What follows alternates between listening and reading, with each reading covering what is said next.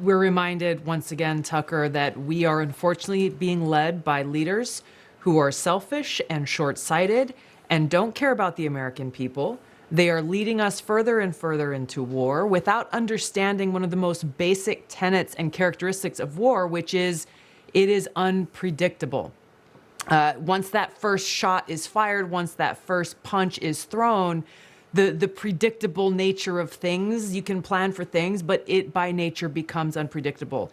And so they're like, oh my gosh, this thing has become sabotage. Well, yeah, war is unpredictable. The thing that is not unpredictable, however, is the cost of war, the suffering, the devastation, the destruction, the death that is caused by it. And so the real question for the American people and for us to ask our leaders is how much suffering will we have to endure here in this country and for people around the world? Because as you've so clearly stated, we see a sabotage of an energy pipeline today. What's next? Is it access to the internet? Is it satellites that are connected to GPS that power virtually all parts of our life and also our weapon systems? Go on down the line and we end up with this potential nuclear outcome. And so, our leaders are saying, well, hey, we can't do anything. This is all in Putin's hands. Well, guess what? The United States, our leaders and European leaders are the ones fueling and funding this war. So they have a heck of a lot of leverage to be able to push for a ceasefire, negotiated outcome, and an end to this war, and to actually fight for peace and prosperity.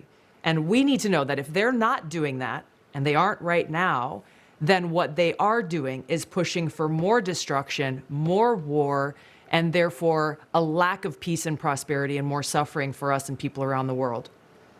If it turns out that the Biden administration actually blew up a natural gas pipeline or okayed someone else's sabotage of that pipeline, shouldn't there be a federal law that prevents them from lecturing the rest of us about climate change ever again?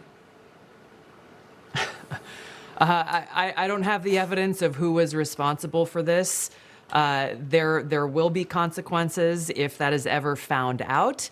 But we have the reality of what we're dealing with right before us today, which is if we continue down this path, we may end up with a nuclear holocaust. And so for us and for millions of people around the world, what are we going to do about it?